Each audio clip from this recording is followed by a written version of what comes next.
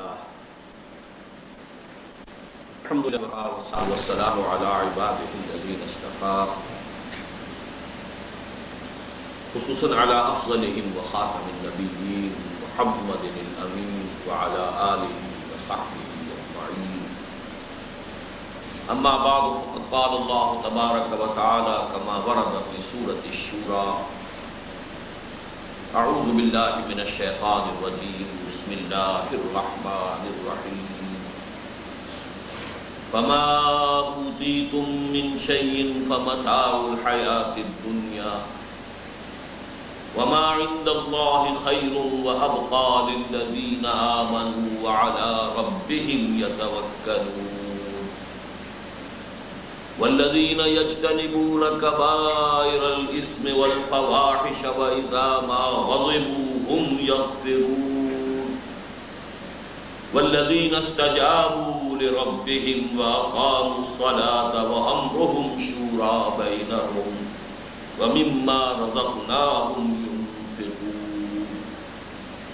والذين إذا أصابهم البغي هم ينتصرون. وجزاء سيئة سيئة مثلها فمن عفا وأصلح فأجره على الله إنه لا يحب الظالمين. ولمن انتصر بعد ظلمه فأولئك ما عليهم من سبيل إنما السبيل على الذين يظلمون الناس ويبغون في الأرض بغير الحق أولئك لهم عذاب أليم. ولمن صبر وغفر إن ذلك لمن عزم الأمور. صدق الله العظيم. رب اشرح لي صدري ويسر لي أمري واحلل عقدة من لساني يفقهوا قولي. اللهم ربنا ألهمنا رشدنا وأعذنا من شرور أنفسنا. اللهم أرنا الحق حقا وارزقنا اتباعه وأرنا الباطل باطلا وارزقنا اجتنابه. اللهم وفقنا لما تحب وترضى وتقبل منا فإنك خير المتقبلين. آمين یا رب العالمین. مطالعہ قرآن حکیم کا جو منتخب نصاب ہماری اس پوری دینی تحریک کی جڑ اور بنیاد ہے، اس کا ضربہ سنام، اس کی چوٹی، اس کا کلائمیکس آپ کو معلوم ہے سورہ حدید ہے. اور یقیناً آپ حضرات کے علم میں ہوگا کہ سورہ حدید کی عظمت کا کتنا گہرا نقش میرے قلب پر ہے. پھر خاص طور پر چاہے اسے ادعا کہا جائے، لیکن اسی درجے میں میرا دعویٰ یہ ہے کہ اللہ تعالیٰ نے وہ سورہ مبارکہ مجھے عطا فرمائی، یعنی اس کے ساتھ ایک بڑی گہری مناسبت عطا فرمائی. آج جو بات نوٹ کرانا چاہتا ہوں وہ یہ ہے کہ میرے نزدیک جو مقام مدنی قرآن میں سورہ حدید کا ہے وہی مکی قرآن میں سورۃ الشورى کا ہے.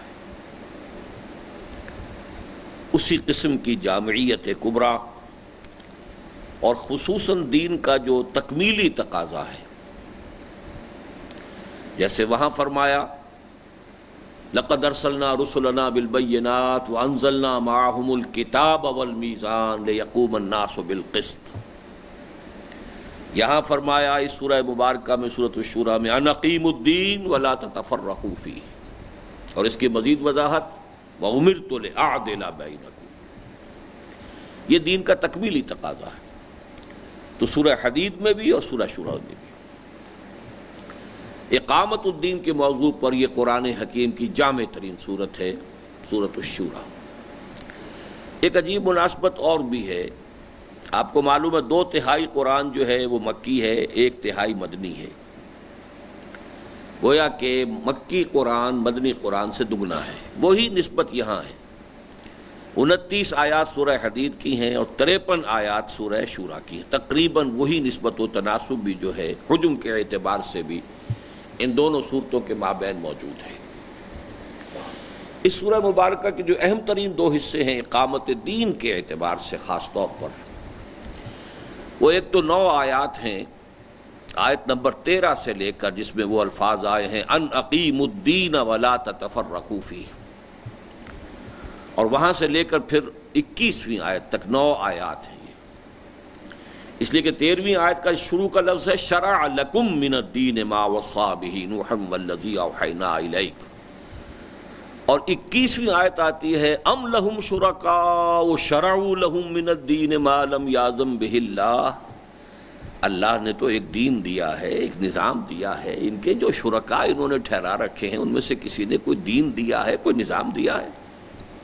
ام لہم شرکاء شرعوا لہم من الدین ما لم یأذن بہ اللہ، تو یہ دین کا ایک مکمل نظام ہونا، پھر اس نظام کا مرکزی نقطہ عدل ہونا، وَأُمِرْتُ لِأَعْدِلَ بَيْنَكُمْ، پھر اس کے ضمن میں جو مباحث ہیں، اور آپ نے دیکھا ہوگا کہ انہی 9 آیات میں الفاظ قرآن مجید میں یہ آئے ہیں اللہ الذی انزل الکتاب بالحق والمیزان وما یدریک لعل الساعة قریب، یہ جو الکتاب اور والمیزان یہ جو 2 الفاظ جڑ کر آئے ہیں یہ قرآن حکیم میں 2 ہی مقامات پر ہیں، یا سورہ حدید کی وہ آیت نمبر 25 ہے اور یا یہ سورہ شورى کے اندر، وہاں فرمایا لقد ارسلنا رسلنا بالبینات وانزلنا معهم الکتاب والمیزان لیقوم الناس بالقسط، یہاں فرمایا اللہ الذی انزل الکتاب بالحق والمیزان وما یدریک لعل الساعة قریب،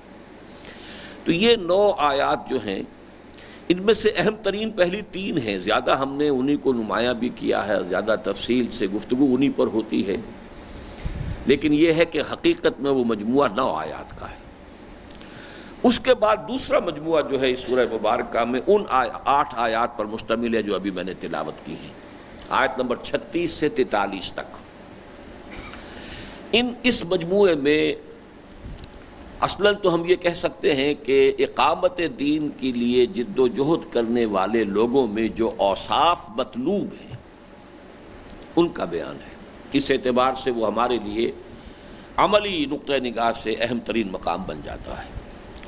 اگر ہم اپنے زوم کے مطابق اقامت دین کی جد و جہد میں اس وقت اگر ہم ہیں، مشغول ہیں، لگے ہوئے ہیں، ہمارا خیال یہی ہے، زوم یہی ہے، دعویٰ یہی ہے، ہم نے جماعت بنائی ہے تو اقامت دین کے لیے بنائی ہے، دین کے اس تکمیلی تقاضے کو پورا کرنے کے لیے بنائی ہے، اگرچہ وہ تکمیلی تقاضا جو ہے ابتدائی تقاضے پورے کر کے ہی انسان وہاں پہنچتا ہے، لہذا انفرادی اصطلاح کا مرحلہ بھی پیش نظر ہوتا ہے، دعوت کا مرحلہ بھی پیش نظر ہے، لیکن تنظیم اسلامی کا قیام جو ہے بالفعل اصل میں اس تیسری منزل کے لیے، اقامت دین کی جد و جہد کے لیے، ورنہ پہلے 2 مرحلوں کے لیے اور بھی ادارے موجود ہیں اور بھی جماعتیں موجود ہیں، اس کے لیے اور کوششیں ہو رہی ہیں، انفرادی اصلاح کے لیے بھی کچھ اور نظام بھی موجود ہیں، دعوت و تبلیغ کے بھی کچھ اور نظام بھی موجود ہیں، تو اس کے لیے تو کوئی علیحدہ اور جماعت کی ضرورت نہیں تھی، لیکن یہ کہ اقامت دین کے مرکز کے لیے اور اس کے ہدف کے طور پر سامنے رکھ کر تنظیم اسلامی قائم کی گئی۔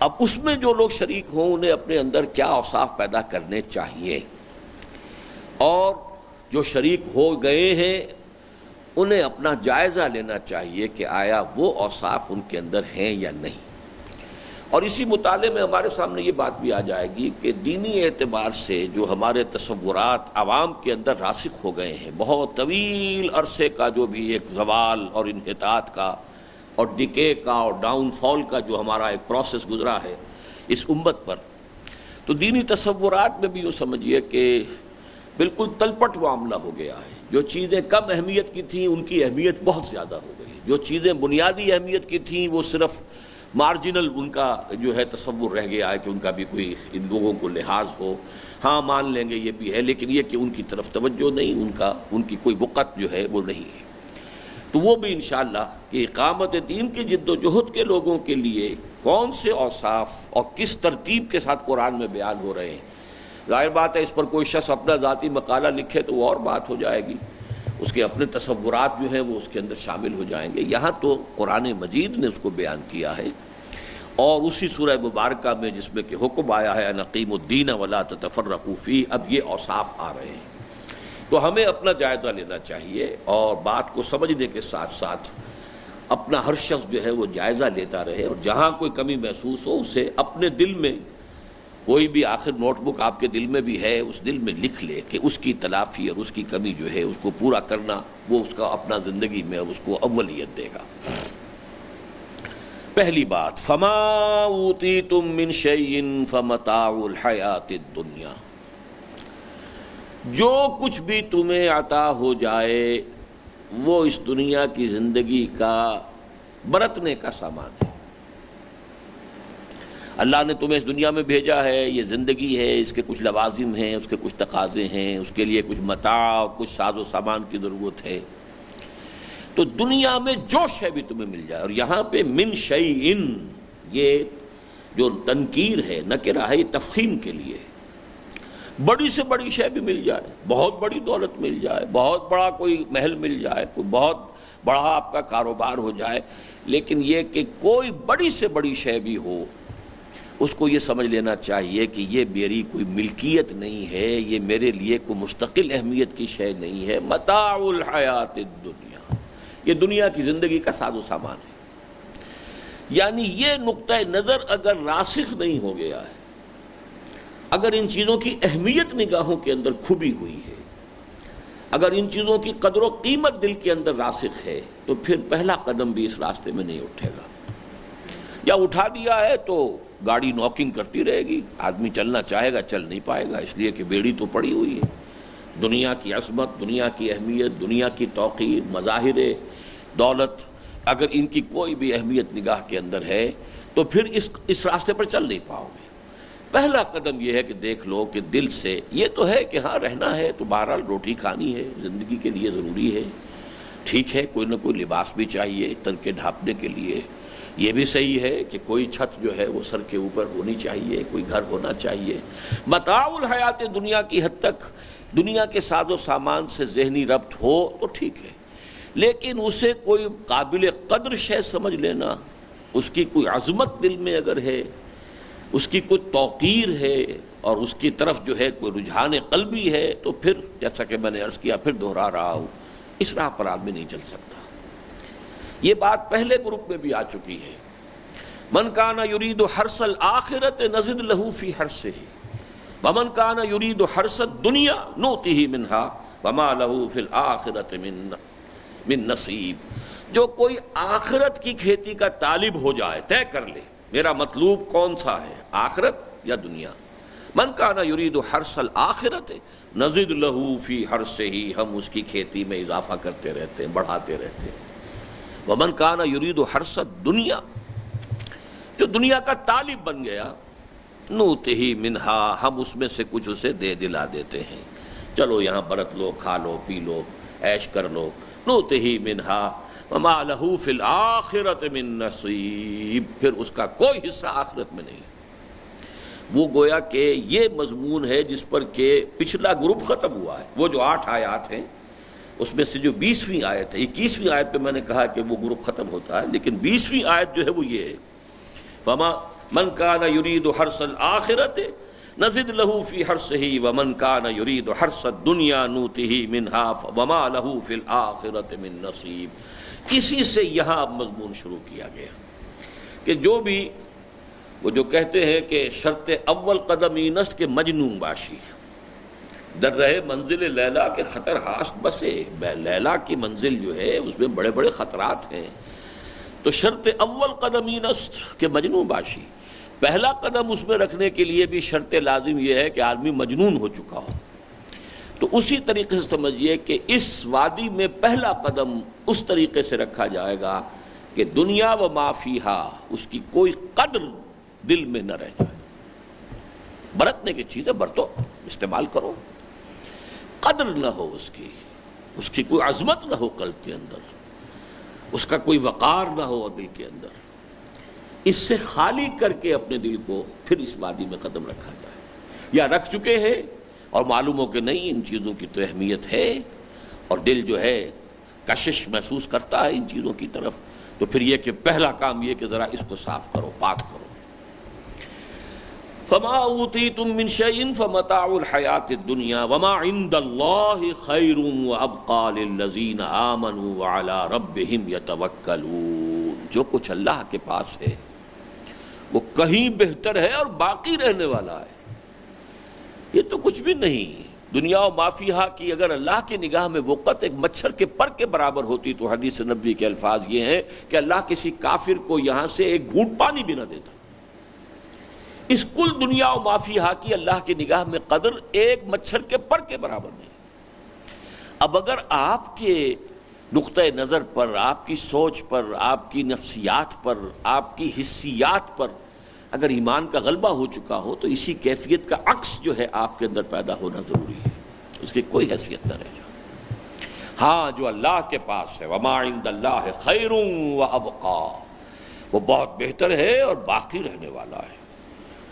للذین آمنوا وعلی ربہم یتوکلون، کن کے لیے؟ جو حقیقتاً ایمان رکھتے ہو.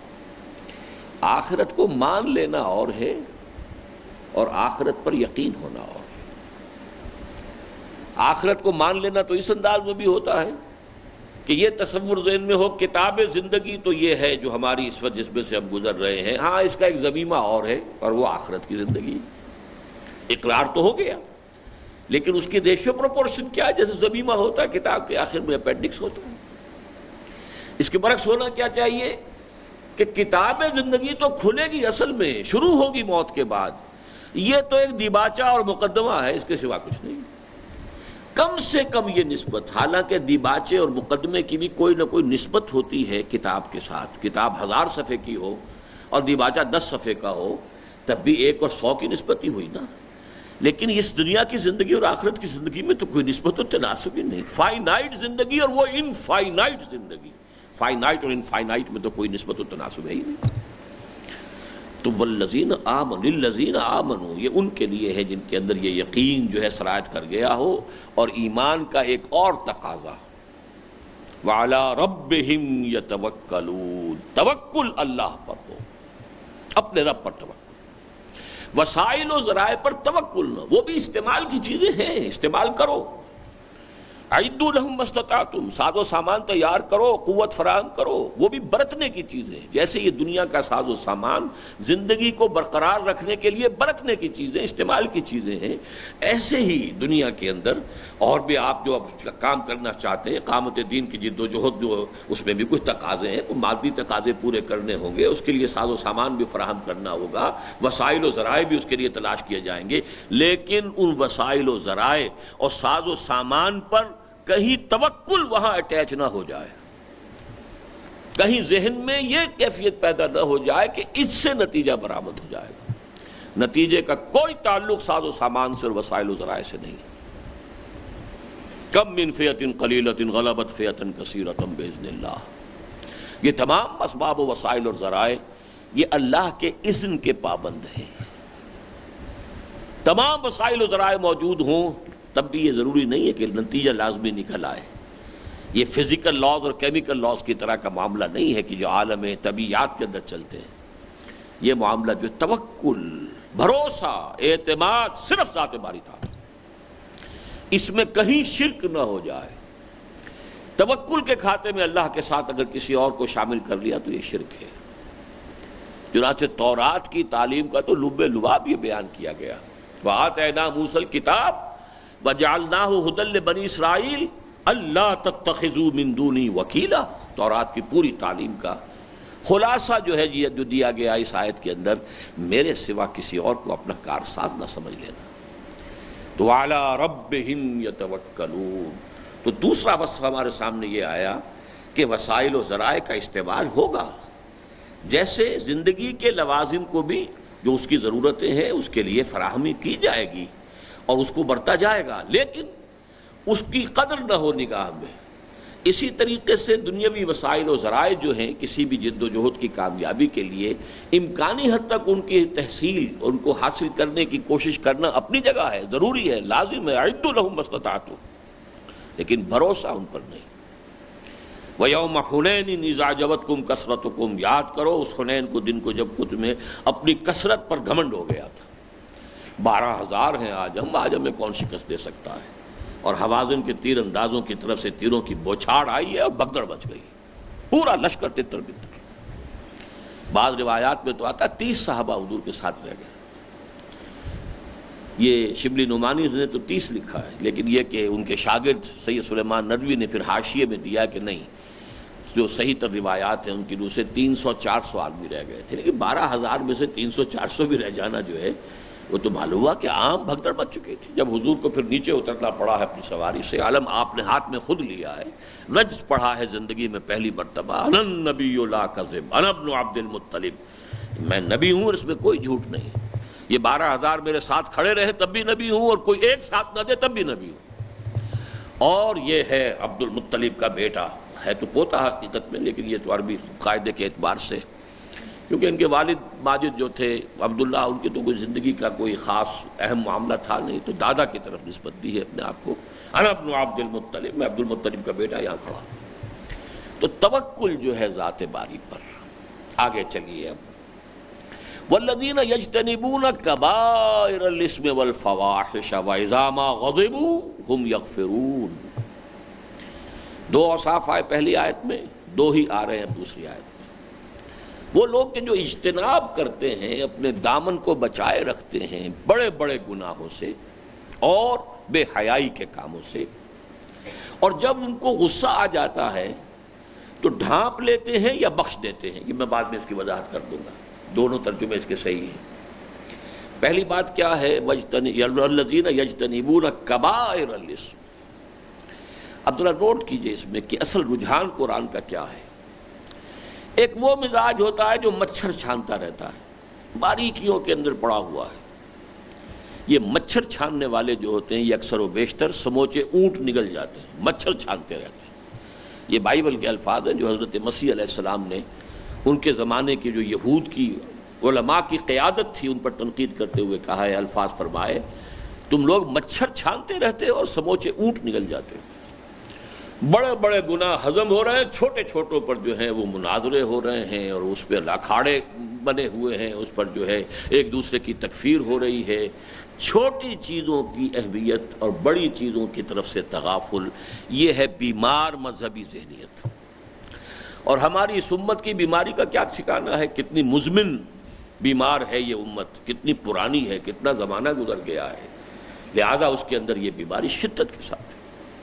تقویٰ کے مظاہر میں بھی وہی باریک باریک چیزیں، ان کے اوپر نگاہ بھی ہے، ان پر ایک دوسرے کو کی گرفت بھی ہے، ایک دوسرے سے گفتگو بھی ہے، اس پر پھر مورچے بھی ہیں، اس پر پھر جھگڑے بھی ہیں۔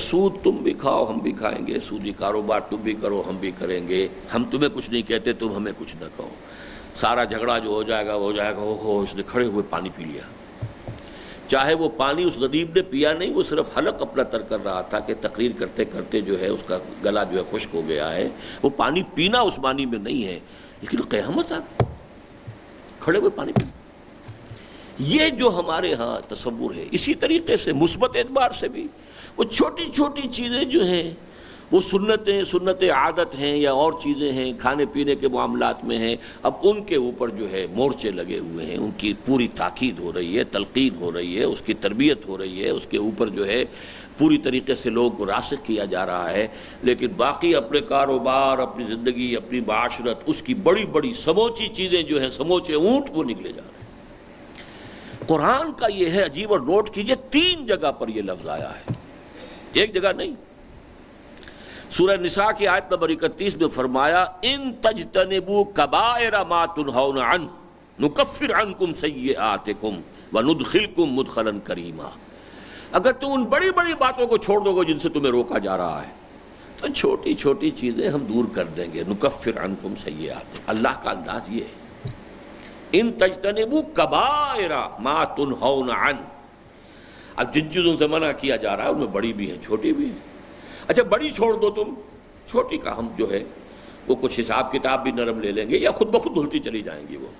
نکفر عنکم سیئاتکم، ورنہ یہ ہے کہ تکفیر کے وہ معنی بھی ہیں، کفارہ بنا دیں گے، یا یہ کہ ان کو تمہارے دامن اعمال نامہ جو ہے دامن کردار سے اور اعمال نامے سے ان کو محو کر دیں گے۔ نکفر عنکم سیئاتکم وندخلکم مدخلا کریما۔ اسی طرح اسی انداز میں سورۃ النجم میں فرمایا، والذین یجتنبون کبائر الاسم والفواحش الا اللمم، وہ لوگ جو بڑے بڑے گناہوں سے بچے رہتے ہیں۔ ہاں فحش کا لفظ جو ہے وہ پورا کا پورا، یہ تو اصل میں یوں سمجھیے کہ چونکہ جیسے حدیث میں آتا ہے الحیاء شعبۃ من الایمان، بلکہ الحیاء کلہ من الایمان، حیا کل کا کل ایمان ہے۔ تو یہ حیا کا مسئلہ تو ایسا ہے کہ اس میں تو وہ یہ نہیں کہا بڑی بڑی بے حیائیوں سے بچے، حیا کو تو یوں سمجھیے کہ کل کے طور پر لیا ہے، بل فواحش، تمام جو بھی فحش چیزیں ہیں ان سے بچنا، لیکن گناہوں میں کبیرہ گناہ، والذین یجتنبون کبائر الاسم والفواحش واذا ما غضبوا هم یغفرون۔ اب اس میں اندازہ ہو گیا کہ ایسے وہ نہیں ہوتے کہ ان میں غصہ انہیں آتا ہی نہ ہو، یہ نہیں ہے، غصہ بھی فطرت انسانی میں اللہ نے رکھا ہوا ہے۔ کوئی چیز آپ کو ناپسند ہے، آپ کے دل میں اس کے خلاف ایک رد عمل پیدا ہوگا، اور جس درجے شدت کے ساتھ ناپسندیدگی ہوگی اتنا ہی پھر وہ شدید رد عمل بھی ہوگا۔ اسی طریقے سے اگر کسی نے آپ پر زیادتی کی ہے تو آپ کے اندر اس کے خلاف ایک غصہ پیدا ہوگا، تو غصے کا پیدا ہونا بری شے نہیں ہے، بلکہ جیسے کہ حدیث میں آتا ہے ایک شخص وہ ہے جسے غصہ جلدی آتا ہے جلدی چلا بھی جاتا ہے، ایک وہ ہے جو آتا دیر میں ہے تو جاتا بھی دیر میں، چلو یہ دونوں برابر ہوئے۔ ایک وہ شخص ہے کہ جس کو غصہ آتا دیر میں ہے جاتا جلدی ہے، یہ سب سے اچھا آدمی ہے، آتا دیر میں جاتا جلدی ہے۔ اور ایک وہ بدبخت ہے کہ آتا جلدی ہے جاتا ہے نہیں، جاتے بھی دیر لگاتا ہے، ڈیرا لگا کے بیٹھ جاتا ہے، تو یہ بدترین انسان ہے۔ تو غصہ فی نفس ہی اپنی جگہ پر فطرت انسانی کا ایک رد عمل ہے، لیکن وَإِذَا مَا غَضِبُوا، جب انہیں غصہ آتا ہے تو ان کا طرز عمل کیا ہوتا ہے؟ ہم یغفرون۔ اب یغفرون کا ایک اصطلاحی معنی ہے معاف کر دینا، یعنی وہ معاف کر دیتے ہیں، لیکن اس کا جو اصل لغوی مفہوم ہے ڈھانپ لینا۔ مغفر کہتے ہیں جو خود ہوتا ہے، سر کے اوپر رکھا جاتا تاکہ تلوار کا وار آئے تو اس خود کے اوپر وہ رک جائے، تو یہ اس غصے کو تھام لینا یا غصے کو چھپا لینا، یا جس کے لیے سورہ آل عمران میں بہترین الفاظ آئے ہیں غصے کو پی جانا، والکاظمین الغیظ والعافین عن الناس۔ اب وہاں اس کا منطقی نتیجہ بھی بیان کر دیا، غصے کو پی جانے والے اور لوگوں کو معاف کر دینے والے۔ یہ یہاں گویا کہ اس لفظ کے اندر دونوں چیزیں آ گئیں، وَإِذَا مَا غَضِبُوا هُمْ يَغْفِرُونَ۔ جب غصے کا طوفان ان کے اندر اٹھتا ہے وہ اس کے اوپر وہ خود رکھ دیتے ہیں، وہ سرپوش جسے کہتے ہیں اس کے اوپر وہ آگ بڑکنے لگی تھی، وہ سرپوش رکھ دیا اس کے اوپر، تو اسے ڈھانپ دیا، اسے روک لیا، اسے چھپا لیا، اسے اندر ہی اندر پی لیا، اور یہ کہ ان کو معاف کر دیا جس کے بھی طرز عمل سے وہ غصہ پیدا ہوا ہے۔ تیسری آیت جو ہے اس میں گمبھیر ترین آیت ہے، اس میں ایک آیت میں اب 4 چیزیں آ رہی ہیں، اب تک کی ایک ایک آیت میں 2 چیزیں تھیں۔ وَالَّذِينَ اسْتَجَابُوا لِرَبِّهِمْ، اور وہ لوگ جنہوں نے اپنے رب کی پکار پر لبیک کہا۔ اب دیکھیے اس کو اگر آپ عام رکھیں گے تو قرآن میں جو بھی اوامر آئے ہیں ان سب کے اوپر لبیک کہنی ہے، وہ اس کے اندر شامل ہو جائیں گے۔ اقیموا الصلاۃ، اس کو استجابت کیا ہوگی کہ ہم نماز قائم کریں۔ روزے رکھو، اس کی استجابت کیا ہوگی کہ ہم روزہ رکھیں۔ جہاد ہے، اس کے لیے استجابت کیا ہوگی؟ جاہدوا فی سبیل اللہ ہے تو جہاد کریں۔ وہ تو پھر سارے اوامر و نواہی آ جائیں گے، اس کے اندر پورا دین کے سارے تقاضے آ جائیں گے، لیکن یہاں جو ہے کانٹیکسٹ میں دیکھنا چاہیے۔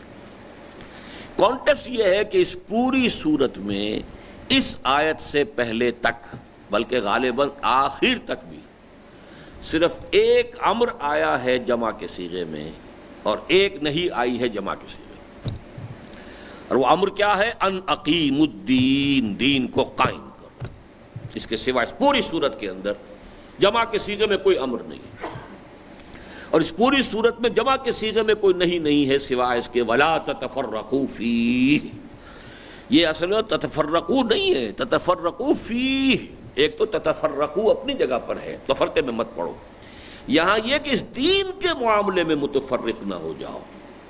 تمہارے اندر اختلاف ہو سکتے ہیں، تفصیلی احکام میں اختلاف ہو سکتے ہیں، رفع یدین ہے نہیں ہے اختلاف ہو سکتا ہے، دین کے معاملے میں اختلاف نہ ہو۔ دین اور اقامت دین تو ایک شے ہے۔ دین تو یہ ہے کہ کل نظام زندگی پر اللہ تعالیٰ کی حاکمیت قائم ہو جائے۔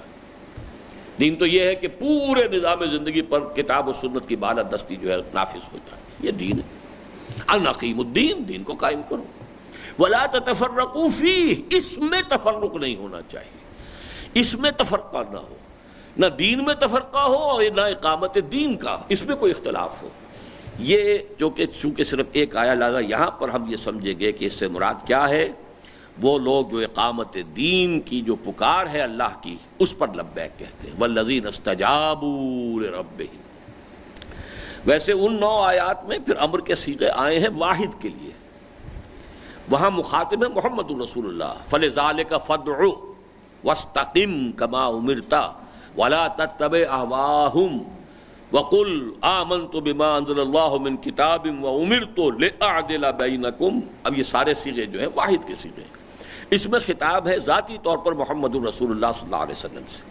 لیکن میں نے جو آپ کو بتایا کہ اس میں جمع کے صیغے سے ایک ہی امر آیا ان اقیموا الدین اور ایک ہی نہیں آئی ولا تتفرقوا فیہ.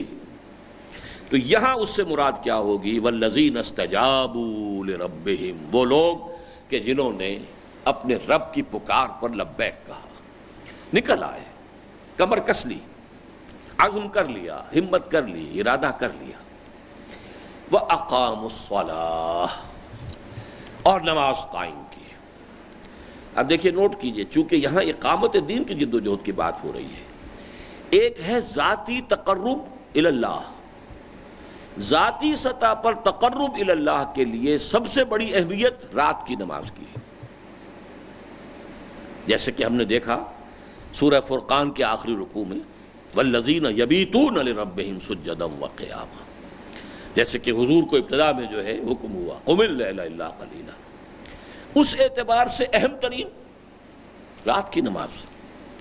اقامت دین کا جب معاملہ آئے گا تو اس میں اقامت الصلاۃ کی اہمیت ہے. اس لیے کہ اقامت دین بھی جب ہوگی تو اس کا پہلا کام کیا ہوگا؟ الذین مکناہم فی الارض اقاموا الصلاۃ وآتوا الزکاۃ وامروا بالمعروف ونہوا عن المنکر. وہ لوگ کہ جنہیں اگر ہم زمین میں تمکن عطا کر دیں، غلبہ عطا کر دیں، اختیار دے دیں تو وہ نماز قائم کریں گے، زکوٰۃ ادا کریں گے اور نیکیوں کا حکم دیں گے، بدی سے روکیں گے. یہ چارٹر ہے اللہ کا، یہ مینیفیسٹو ہے ایک طریقے سے محمد رسول اللہ کا. اس لیے کہ یہ آیات نازل ہوئی ہیں اثناء سفر ہجرت میں، جبکہ آپ مکے سے مدینے کی طرف جا رہے تھے اور اب وہ مرحلہ آنے والا تھا جہاں تمکن حاصل ہو رہا ہے مدینے کے اندر محمد رسول اللہ. جاتے ہی آپ نے پہلا کام کیا کیا؟ مسجد نبوی کی تعمیر. تو نوٹ کر لیجئے اسی طریقے سے جو جماعت اس کے لیے قائم ہوگی اس جماعت میں بھی اصل اہمیت اقامت الصلاۃ کی ہوگی. اس پر جتنا ایمفیسس ہونا چاہیے. اگر اس پر ایمفیسس نہیں ہے اور نوافل پر ایمفیسس ہو گیا ہے تو یہ بات تلپٹ ہو جائے. نوافل یہ کہ اللہ نور علی نور ہے، جتنی اللہ تعالیٰ توفیق دے، جتنا بھی جس کے لیے ممکن ہو وہ کرے. لیکن اصل اہمیت اس جد و جہد میں وہ ہے نماز. یہ جو نظام ہے نماز کا اسے قائم کرنا. والذین استجابوا لربہم واقاموا الصلاۃ وامرہم شوری بینہم. اور ان کا معاملہ ان کے مابین مشاورت سے طے ہوتا ہے. یہ ہے تیسری بات. اس چونکہ ظاہر بات ہے کہ جب یہ اقامت دین کی جد و جہد کے لیے ایک جماعتی شکل بنی، اس جماعتی شکل میں اہم ترین شے نماز کی اقامت ہے. اور یہ کہ اب جو بھی معاملات ہیں اجتماعی زندگی یا اجتماعی جو جد و جہد ہے اس سے متعلق، اس میں باہمی مشورہ. وَأَمْرُهُمْ شُورَىٰ بَيْنَهُمْ. ان کا امر ان کے مابین مشاورت سے طے ہوتا ہے. البتہ اس میں پھر فرق آ جائے گا کہ مشاورت کا نظام کیا ہو. ایک مشاورت کا نظام وہ ہے جو آج کی دنیا میں معروف ہے کہ ادارے معین ہو جاتے ہیں. اسمبلی ہے، اسمبلی میں یہ لوگ الیکٹ ہو کر آ گئے، اب ان کے اندر کاؤنٹنگ آف ووٹ سے ہو جائے گا معاملہ. لیکن ایک مشاورت یہ ہے کہ آپ مشورہ کریں، غور و فکر کریں، سوچیں. ہر ایک کو آزادی ہو، رائے دینے کی آزادی ہو. ہر شخص جو ہے وہ اپنی رائے بغیر کسی بلا خوف لومت لائم پیش کرے. اور اس کے بعد جو شخص انچارج ہے، جو ذمہ دار ہے، جو صاحب امر ہے، وہ فیصلہ کرے. اگر یہ دوسرا نظام ہوگا تو زیادہ تفصیلی قانونی ڈھانچہ بنانے کی ضرورت نہیں ہوگی. اگر پہلا نظام ہے تو پورا تفصیلی ڈھانچہ بنانے کی ضرورت ہوگی کہ مشورہ دینے کا مجاز کون ہے، اختیار کس کو حاصل ہے. وہ تو اسمبلی کا رکن ہونا چاہیے، شورا کا رکن ہونا چاہیے، وہ منتخب ہو کر آنا چاہیے. اس میں سے یہ کہ ایک شخص کو 19 ووٹ ملے ہیں، ایک کو 18 ملے، 19 والا منتخب ہو جائے گا. اچھا، اس سے اگلے قدم پر یہ آئے گا کہ وہ ووٹ دینے والے کون ہونے چاہیے، ان کی بھی کچھ خواص طے ہونے چاہیے، ان کے بھی جو ہے وہ سارا کا سارا نظام بننا چاہیے. یہ تو نہیں کہ کوئی بھی شخص جو ہے اس کے اندر ووٹ دے دے گا. تو یہ پورا تفصیلی ڈھانچہ بنانا پڑتا ہے جہاں پر کہ فیصلہ کن شے ہو جائے تعداد. پھر تو گارڈ کرنا پڑے گا، کچے پکے لوگ نہ آ جائیں شورا کے اندر. وہ تو پھر یہ کہ کثرت تعداد سے وہ پوری تحریک کو، پورے نظام کو کہیں لے جائیں، دائیں طرف لے جائیں، بائیں طرف لے جائیں، پھر تو گارڈ کرنا پڑے گا. انٹری انٹو دیٹ شورا وہ گارڈڈ ہوگی. اور اگر یہ مسئلہ نہیں ہے تو ایک شخص صاحب امر ہے جس پر آپ کا اعتماد ہے، اب اس کو آپ نے مشورہ دے دیا، اور بھی کوئی بالکل نیو کمر بیٹھا ہوا اس نے بھی رائے دے دی، کیا حرج ہے اس میں؟ کیا پتہ کسی شخص کے دل میں اس وقت اللہ تعالیٰ کوئی ایسی بات ڈال دے جو بڑے سے بڑے شخص کی سمجھ میں نہ آئے، اور کسی شخص کے دل میں اس وقت اللہ ڈال دے. تو اس کو جتنا براڈ رکھ سکتے ہو رکھو، کوئی پابندی نہیں. لیکن یہ کہ پھر فیصلہ جو ہے وہ کاؤنٹنگ آف ووٹ سے نہیں. یہ ہے اصل میں وہ بات کہ جس کے لیے سیرت النبی اس پر گواہ ہے کہ اگرچہ حضور کو بھی حکم ہوا شاورہم فی الامر، آپ ان سے مشورہ کیجئے، اور سیرت النبی میں ہمیں نظر آتا حضور مشورہ کرتے تھے، لیکن کسی مرحلے پر بھی پھر گنتی نہیں ہوئی ہے کہ کتنے لوگوں کی رائے یہ ہے، کتنے لوگوں کی رائے یہ ہے، اور اس کے بعد فیصلہ کیا ہوا. کوئی اس کا امکان نہیں. تو مشورہ اپنی جگہ، لیکن اس مشورے کی روح برقرار رہنی چاہیے. وہ یہ کہ یہ احساس جو ہے ساتھیوں کے اندر برقرار رہے کہ ہمارا امیر جو ہے وہ کوئی اپنی جو ہے وہ ٹوٹلیٹیرین انداز اختیار نہیں کر رہا ہے، کوئی اس طرح کی اس نے شکل اختیار نہیں کر لی ہے کہ بس کسی سے کوئی نہ پوچھنا ہے نہ کسی سے کوئی مشورہ کرنا ہے، جو من میں آیا کر گزرا. یہ بات نہیں ہونی چاہیے. یہ تاثر اگر ہو گیا تو جماعتی زندگی مجروح ہو جائے گی. یہ تاثر برقرار رہنا چاہیے کہ یہاں مشورہ ہوتا ہے، اور مشورے سے ایسا بھی ہو جانا چاہیے کہ کبھی امیر اپنی رائے کو بدل دے، تاکہ یہ کہ لوگوں کے اندر ایک اعتماد رہے کہ ہمارا امیر ہماری بات سنتا ہے، توجہ کرتا ہے، اور کبھی ایسا بھی ہوتا ہے کہ وہ اپنی رائے بدل لیتا. تو یہ اور یہ ہوگا، فطری طور پر ہوگا. خود ہمارے ہاں ہوا، کئی مرتبہ ہوا ہے میں نے اپنی رائے بدلی. اس حوالے سے ایک ہے روح شورا، ایک ہے نظام شورا. ان دونوں کو علیحدہ سمجھیے. تو یہاں جو اصل شے وہ ہے کہ روح شورا، روح مشاورت جو ہے برقرار رہنی چاہیے. والذین استجابوا لربہم واقاموا الصلاۃ وامرہم شورى بینہم. اب یہ تو ہوا گاڑی کے لیے بندوبست ہو گیا کہ آپ نے منزل معین کر لی اقامت دین، اس کے لیے آپ نے جو بھی پہیے ہیں گاڑی کے لیے وہ فرض کیجئے اقامت الصلاۃ سے قائم کر لیے. اندر بیٹھے ہوئے آپ اس کار کے مشورے بھی کر رہے ہیں کہ کس طریقے سے چلنا ہے، لیکن اصل میں تو پیٹرول چاہیے گاڑی کو چلنے کے لیے. یہ جد و جہد، اس کے لیے وسائل درکار ہوں گے. پیٹرول نہ ہوگا باقی سب کچھ ہے تو کیا ہوگا؟ کھڑے رہیں گے وہی کہ وہی. وَمِمَّا رَزَقْنَاهُمْ يُنْفِقُونَ. اب ہے کہ جو کچھ بھی ہم نے انہیں دیا ہے اس میں سے وہ خرچ کرتے ہیں، اس مقصد کے لیے خرچ کرتے ہیں، اقامت دین کی جد و جہد کے لیے خرچ کرتے ہیں، زیادہ سے زیادہ دیتے ہیں. اب ظاہر بات ہے ہم نے اگرچہ ایک نظام بنایا ہے، وہ یہ کہ چونکہ ایک نظام ہے، اس میں کچھ ہمارے اخراجات ہیں، کوئی بجٹ بنانا پڑتا ہے، تو ہم نے اس کے لیے ایک 5% کی جو ہے ایک مقدار معین کر دی ہے. لیکن یہ 5% تو جس طریقے سے کہ ٹھیٹھ دینی سطح پر 2.5% زکوٰۃ جو ہے وہی تو کل نہیں ہے. حضور نے فرمایا ان فی المال لحقا سوى الزکوٰۃ، مال میں زکوٰۃ کے علاوہ بھی بہت سا حق ہے. اور اس میں آپ نے کوٹ کی آیت البر، ہمارے منتخب نصاب کا درس دو. وَآتَ الْمَالَ عَلَىٰ حُبِّهِ ذَوِي الْقُرْبَىٰ وَالْيَتَامَىٰ وَالْمَسَاكِينَ وَابْنَ السَّبِيلِ وَالسَّائِلِينَ وَفِي الرِّقَابِ وَأَقَامَ الصَّلَاةَ وَآتَى الزَّكَاةَ. زکوٰۃ کا تو تذکرہ بعد میں ہو رہا ہے، یہ ابتدا میں جو ہے وَآتَ الْمَالَ عَلَىٰ حُبِّهِ ذَوِي الْقُرْبَىٰ وَالْيَتَامَىٰ وَالْمَسَاكِينَ وَابْنَ السَّبِيلِ وَالسَّائِلِينَ وَفِي الرِّقَابِ. یہ اضافی ہے، چونکہ حضور نے اس آیت کو اپنے اس قول کی دلیل کے طور پر پیش فرمایا کہ ان فی المال لحقا سوى الزکاۃ. اسی طریقے سمجھیے کہ زکوٰۃ یہ تو آپ کے غرباء اور مساکین کا حق ہے جو آپ کو نکالنا ہے، اور اس میں بھی ترغیب یہ کہ زیادہ نکالو، صرف 2.5% نہیں اور مزید نکالو. دوسرا کھاتا انفاق کا ہے، اللہ کے دین کی اس جد و جہد، اقامت دین کی جد و جہد، وہ انفاق فی سبیل اللہ ہے. ان دونوں کے جو میں نے کئی مرتبہ عرض کیا کہ یہ دو کھاتے بالکل ایک دوسرے سے جدا ہیں.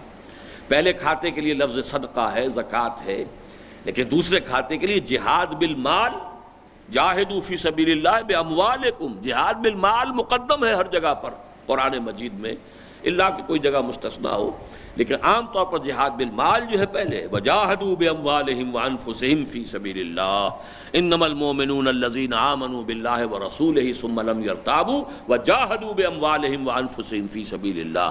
تو جہاد بالمال اور انفاق فی سبیل اللہ، یہ در حقیقت یہ ہے اصطلاح اقامت دین کی جد و جہد میں مال لگانا.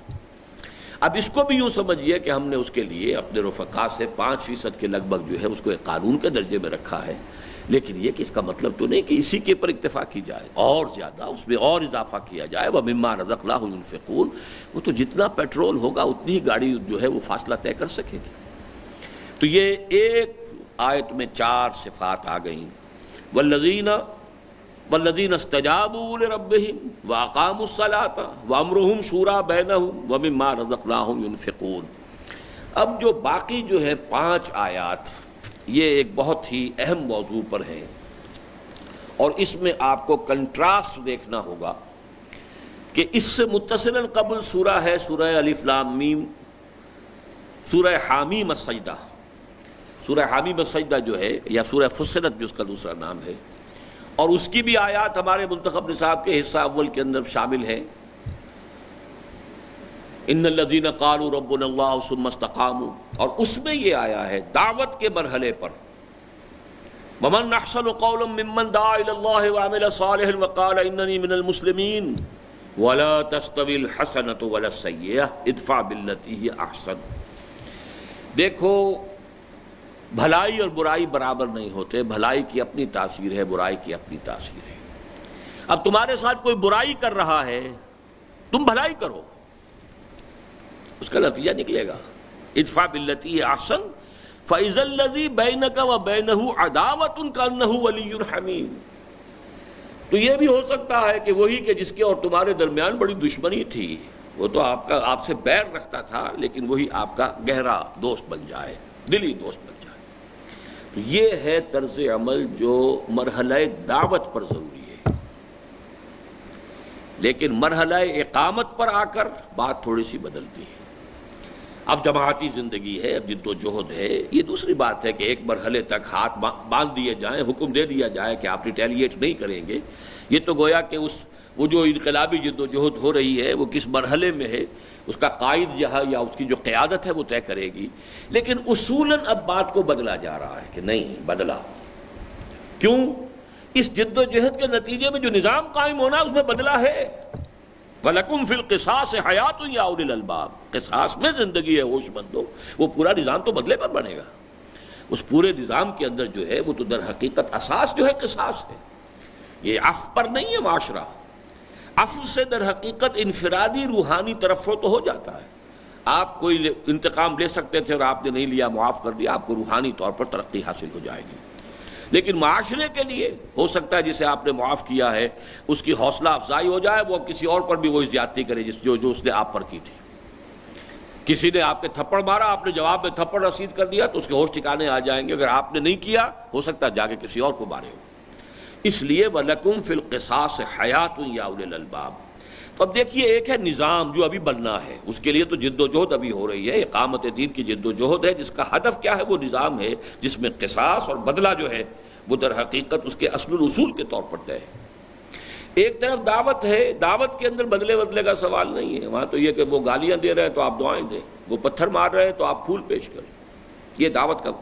اب یہ ہے اقامت کی جد و جہد کے دوران جب اس مرحلے پر آ جائیں تو اس میں اب آپ کو عجیب نظر آئے گا کہ یہ عفو اور بدلہ یہ اس طریقے سے باہم گتھے ہوئے ہیں کہ ایک طرف بدلہ لینے کو بھی ڈیفینڈ کیا گیا ہے کہ کوئی حرج نہیں اگر بدلہ لیا جائے، لیکن یہ کہ دوسری طرف عفو کی تلقین بھی ہے، چونکہ یہ ان دونوں کے مابین ایک شے ہے۔ دعوت کا مرحلہ جو آ چکا ہے حامیم السجدہ میں، وَمَنْ أَحْسَنُ قَوْلًا مِّمَّنْ دَعَا إِلَى اللَّهِ وَعَمِلَ صَالِحًا وَقَالَ إِنَّنِي مِنَ الْمُسْلِمِينَ وَلَا تَسْتَوِي الْحَسَنَةُ وَلَا السَّيِّئَةُ ادْفَعْ بِالَّتِي هِيَ أَحْسَنُ فَإِذَا الَّذِي بَيْنَكَ وَبَيْنَهُ عَدَاوَةٌ كَأَنَّهُ وَلِيٌّ حَمِيمٌ۔ یہ ہے وہ مرحلہ، جانا ہے اقامت دین، نظام جس کے اندر کے بدلہ اور سزا اور تعزیرات اور حدود، اس کا پورا نظام آنے والا ہے۔ درمیان میں اقامت دین کی جد و جہد جب خاص طور پر ایکٹیو ریزسٹنس کے دور میں آنے والی ہو تو وہ بدلے کا معاملہ، جیسا کہ سورہ بقرہ میں آپ پڑھتے ہیں، اگر یہ لوگ تم سے قتال کرتے ہیں حرم کے حدود میں، تم بھی قتال کرو۔ والحرمات قصاص، حرمات کا بھی قصاص ہے، یہ نہیں ہے کہ وہ تو تمہارے اوپر حملہ کر رہے ہیں حرم کے حدود کے اندر یا محترم مہینوں کے اندر اور تم بیٹھے ہوئے ہاتھ نہیں اٹھا سکتے اس لیے کیا کرے، تو یہ تو اشر حرم ہے، یہ نہیں۔ والحرمات قصاص، حرمات کا بھی بدلہ ہے۔ اگر انہوں نے اس مسجد حرام کے حدود کے اندر یا حرم کی حدود کے اندر جو ہے وہ جنگ کی ہے اور قتال کیا ہے، اور اگر انہوں نے ان اشر حرم کو پامال کیا تم بھی کرو، بدلہ ہے، ٹٹ فار ٹیٹ، وہ تو نظام آئے گا بعد میں۔ لیکن ان دونوں کے مابین یہ ٹرانزٹری فیز ہے جو ان 5 آیات میں آ رہا ہے۔ اہمیت کتنی ہے دیکھیے کہ اس کے لیے 5 آیات اس ایک مضمون پر بحث کر رہی ہیں۔ والذین اذا اصابہم البغی ہم ینتصرون۔ اب دیکھیے کسی اخلاقی تعلیمات کی کتاب میں یہ آیت کبھی نہیں آئے گی۔ یہ قرآن ہے جو ہر طرف کے تقاضوں کو دکھاتا ہے۔ جیسے میں کہتا ہوں وہ آیت انتہائی عریاں آیت ہے قرآن مجید کی، انتہائی عریاں انقلابی آیت۔ لقد ارسلنا رسلنا بالبینات وانزلنا معهم الکتاب والمیزان لیقوم الناس بالقسط وانزلنا الحدید۔ ہم نے لوہا بھی اتارا۔ جو لوگ اس عدل اور قسط کے نظام کے قیام میں مزاحم ہو، تمہارے اندر طاقت ہے تو لوہے کی طاقت استعمال کرو، ان کے سروں کو کچلو۔ ننگی آیت ہے، بڑی عریاں آیت ہے یہ قرآن۔ اللہ تعالیٰ کو واللہ لا یستحیی من الحق، اللہ تعالیٰ کو تو حق کہنے میں کہیں کوئی جو ہے بات نہیں۔ اسی طریقے سے اب یہاں انتقام، ینتصرون، اس کی ترغیب دی جا رہی ہے۔ اخلاقی تعلیمات میں کبھی دنیا میں آپ یہ نہیں پائیں گے۔ والذین اذا اصابہم البغی، یہ بدھ مت کے بھکشو ایک دور تھا جس میں کہ تمہیں بدھ مت کے بھکشو بنے رہنے کی تلقین ہے، لیکن یہ کہ اس وقت بھی سینوں میں رکھو کہ لینا ہے بدلہ، اس وقت ہمارے ہاتھ روکے ہوئے ہیں۔ نغمہ ہے بلبل شوریدہ تیرا خام ابھی، اپنے سینے میں ذرا اور اسے تھام ابھی۔ ان سے انتقام لینے کے جذبات دل میں رکھو، پالو ان کو، ایک وقت آئے گا کہ تمہارے ہاتھ کھول دیے جائیں گے، پھر ان سے انتقام لینا۔ جیسے کہ حضرت بلال نے لیا ہے امیہ ابن خلف سے، جو انتقام لیا ہے، اس کو پکڑا ہے اور اسے عین بدر کے میدان کے اندر جو ہے اس کو ختم کیا ہے۔ ٹھیک ہے، ظاہر بات ہے جو کچھ اس نے کیا تھا حضرت بلال کے ساتھ، اس کے لیے حضرت بلال کے دل کے اندر انتقامی جذبات تو تھے نا۔ اب یہاں وہ عفو وغیرہ کا مسئلہ نہیں ہے، تو اس لیے والذین اذا اصابہم البغی ہم ینتصرون۔ البتہ پھر سن لیجئے، یہ اس اقامت دین کی جد و جہد کرنے والی جماعت کی قیادت کا کام ہوگا کہ کس وقت تک وہ روکے رکھتی ہے کہ ہاتھ بندھے رکھو، کفوا ایدیکم۔ تو یہ تو ایسے ہی ہے کہ جیسے حضرت عمر رضی اللہ تعالیٰ عنہ نے قحط کے زمانے میں جو حد تھی چوری کی وہ ساقط کر دی تھی۔ چوری کی حد ختم نہیں کر سکتے تھے حضرت عمر، معاذ اللہ، قرآن مجید کی بات ہے، لیکن ساقط کر دی تھی کہ اب یہ تو چونکہ قحط کا عالم ہے، اس میں تو کوئی بھوک سے مجبور ہو کر بھی ہو سکتا ہے کہ چوری کر رہا ہو، لہذا ہاتھ نہیں کٹے گی۔ اسی طرح اس پیسو ریزسٹنس کے دوران میں اس چیز کا ساقط رہنا، اس پر دلیل نہیں ہے کہ وہ مستقل کوئی قانون ہے۔ مستقل قانون تو وہی ہے وَلَكُمْ فِي الْقِصَاصِ حَيَاةٌ يَا أُولِي الْأَلْبَابِ، لیکن ایک دور کے اندر اس کے حکمت کا تقاضا یہ ہے، اس منہج انقلاب کی، کہ اس وقت ہاتھوں کو روکے رکھو۔ نغمہ ہے بلبل شوریدہ تیرا خام ابھی، اپنے سینے میں اسے اور ذرا تھام ابھی، ایک وقت آئے گا تمہارے ہاتھ کھول دیے جائیں گے۔ تو فرمایا والذین اذا اصابہم البغی ہم ینتصرون وجزاء سیئۃ سیئۃ مثلها۔ دیکھ رہے ہیں عریانی، برائی کا بدلہ برائی ہے ویسی ہی۔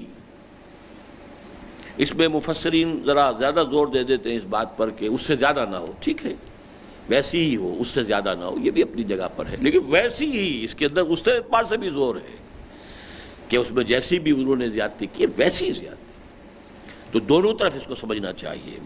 جزاء سیئۃ سیئۃ مثلها، البتہ جیسا کہ میں نے عرض کیا تھا، اس میں عفو اور اس طریقے سے انتقام یا بدلہ لینے کے لیے اس کی اجازت کہہ لیں، اس کی جو بھی ایک یعنی پرمیشن کے ساتھ ساتھ، بلکہ ترغیب کے ساتھ ساتھ عفو کی تلقین بھی جاری ہے، اس لیے کہ یہ درمیانی دور ہے، وہ دعوت کا مرحلہ اور وہ اقامت کے بعد کا مرحلہ، یہ دور جو ہے گویا کہ اس کے بیچ کا ہے، تو اس لیے وَمَنْ عَفَا وَأَصْلَحَ فَأَجْرُهُ عَلَى اللَّهِ، جو شخص اپنے اس انتقام کے جذبے کو تھام لے، روک لے، معاف کر دے اور اصلاح کرے، معافی سے اصلاح کی بھی تو امید ہے، جہاں اس بات کی امید ہے کہ وہ شخص جو ہے وہ زیادتی کے اوپر اور ڈھیٹ ہو جائے گا، وہاں یہ بھی تو ہے کہ اگر اس کے اندر کوئی انسانیت کی رمق ہے تو اسے پشیمانی ہو جائے کہ میں نے اس شخص کے ساتھ یہ کیا تھا، اس نے میرے ساتھ یہ کیا. ادفع باللتی احسن. تو یہ ایک اصلاح کی شکل بھی پیدا ہو سکتی ہے. تو یہ دونوں رخ ہیں.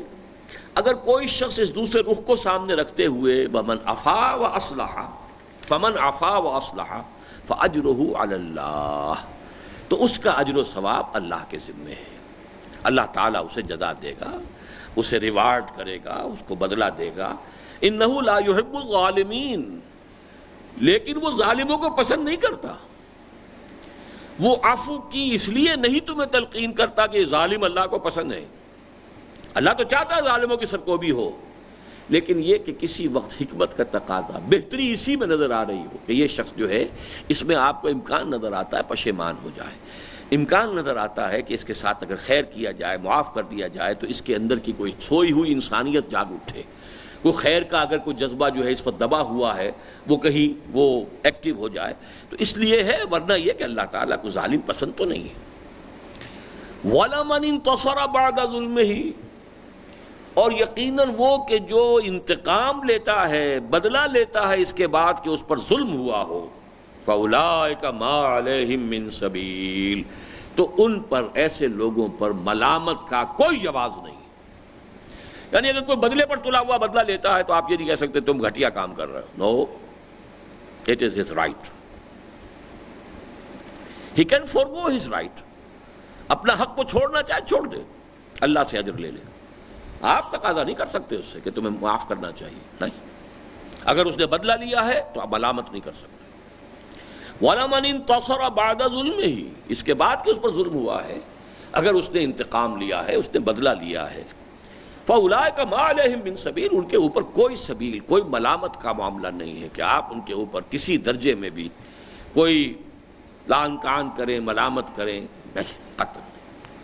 دیکھیے اس میں اس حد تک قرآن کا معاملہ جو ہے کس قدر اس میں ایک عدل و قسط کے نظام کو برپا کرنے کی اہمیت جو ہے، جو پہلو ہمارے دین کا سرے سے اوجھل ہے، سرے سے نگاہوں کے سامنے ہے ہی نہیں.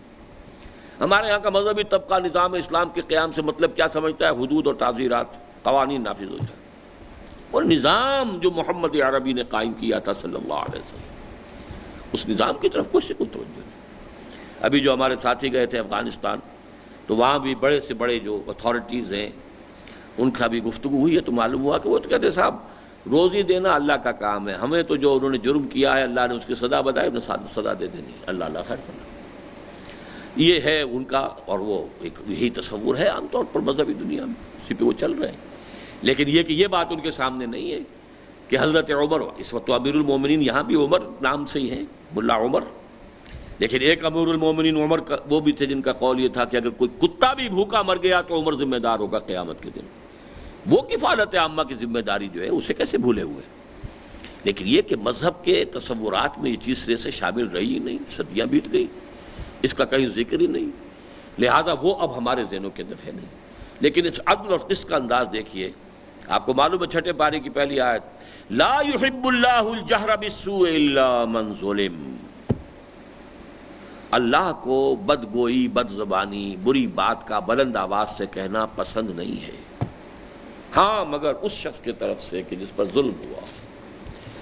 دکھی دل، مظلوم شخص، اس کی زبان سے کوئی اونچی نیچی بات پہ نکل جائے تو اللہ معاف فرمائے گا، اس لیے کہ اس کا دل دکھا ہوا، اس پر ظلم ہوا. لا يحب اللہ الجہر بالسوء، اللہ کو پسند نہیں ہے بالکل، الا من ظلم، سوائے اس کے جس پر ظلم ہوا. مظلوم جو ہے اس کی کوئی آہ جو ہے ایسی بھی اگر نکل آئی ہے اور اس میں اس سے کچھ وہ جو بھی حدود اور قیود ہیں ان کی وہ پابندی نہیں کر سکا، اللہ معاف فرما دے گا.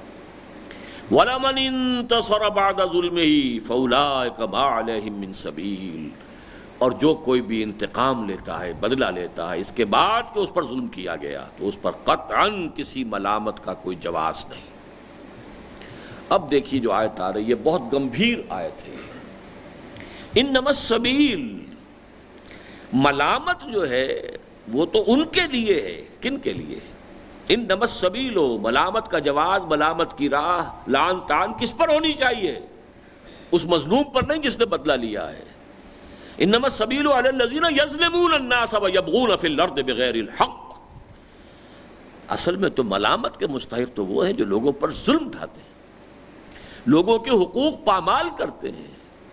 ظلم یہی تو نہیں ہے کہ کسی کی مار پیٹ آپ نے کر دی ظلم ہو گیا، آپ نے اس کا حق دبا لیا ہے۔ جیسے کہ حضرت عمر نے فرمایا تھا کہ اے سعد، لوگوں کو ان کی ماؤں نے آزاد جانا تھا، تم نے انہیں اپنا غلام کب سے بنا لیا ہے؟ یہ ظلم تھا کہ نہیں تھا؟ تو ظلم، لوگوں کے، عوام کے حقوق غصب کرنا، وہ لوگ جو ہیں اصل میں ملامت کے مستحق تو وہ ہیں۔ لان تان کرنا تو انہیں کرو۔ انما السبیل علی الذین یظلمون الناس، اور نمبر 2، اب دیکھیے دو ہی چیزیں ہیں دین کے اعتبار سے یہ بات بیان ہوتی ہے مختلف پہلوؤں سے، حقوق اللہ، حقوق العباد، اور یہاں پر حقوق اللہ کو بعد میں لائے ہیں۔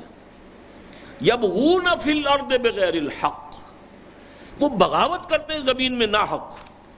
یہ ہے جو اللہ کے خلاف بغاوت ہے، اپنی حاکمیت کا اعلان ہے، من مانی کرنے کا ارادہ ہے، اپنی قانون سازی کا اختیار۔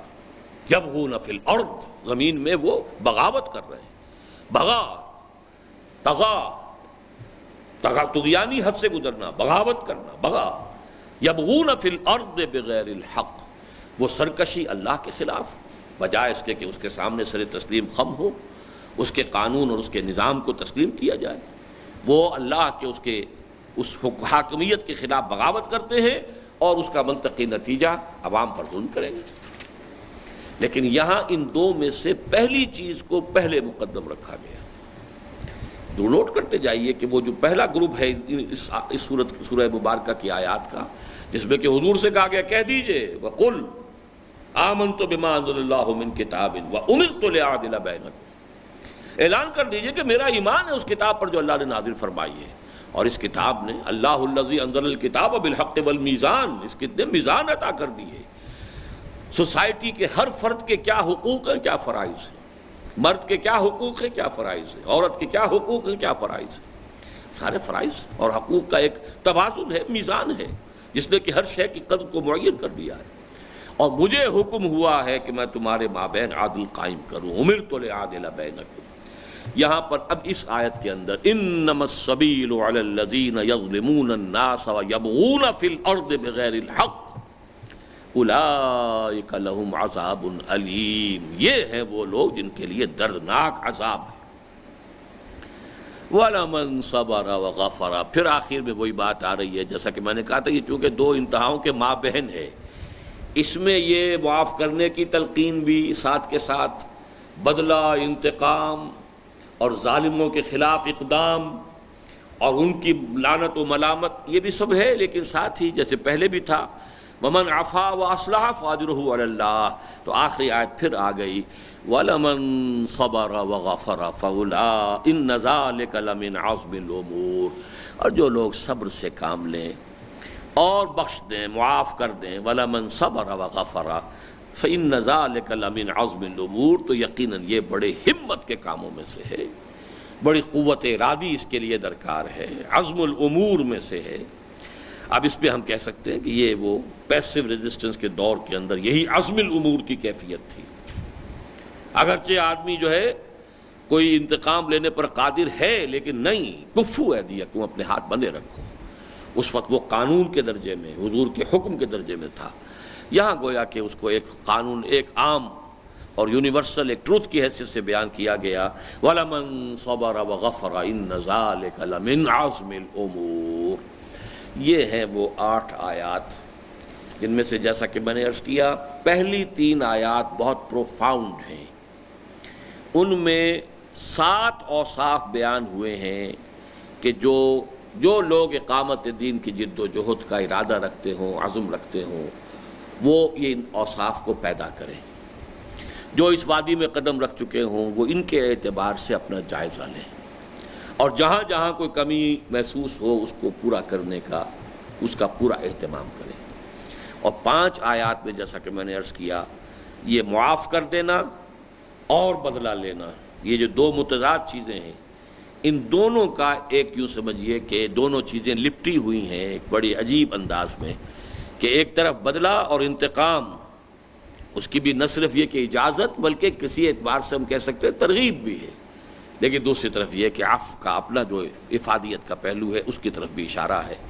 بارک اللہ لی ولکم فی القرآن العظیم ونفعنی وإیاکم بالآیات والذکر الحکیم۔